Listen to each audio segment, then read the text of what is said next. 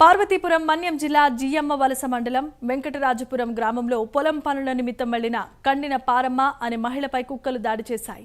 ఈ దాడిలో పారమ్మ మృతి చెందింది. గ్రామంలో కుక్కల బెడద ఎక్కువగా ఉందని అధికారులకు ఎన్నిసార్లు ఫిర్యాదు చేసినా స్పందించలేదంటూ గ్రామస్తులు వాపోయారు. ఇప్పటికైనా అధికారులు స్పందించి తగు చర్యలు చేపట్టాలని గ్రామస్తులు కోరుతున్నారు. వెంకటరాజపురం గ్రామం నుంచి అండి.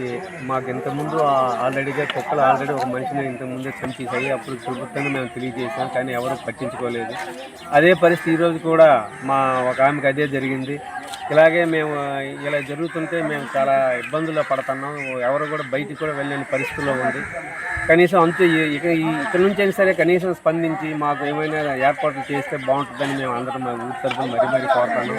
లేకపోతే మేము ఊరు బయటికి ఎవరు వెళ్ళలేని పరిస్థితిలో కూడా ఉంది. ఎవరు కూడా పిల్లలు కానీ పెద్దలు ఎవరు కూడా ఇలాంటి దీనికి మేము బయటికి వెళ్ళలేము.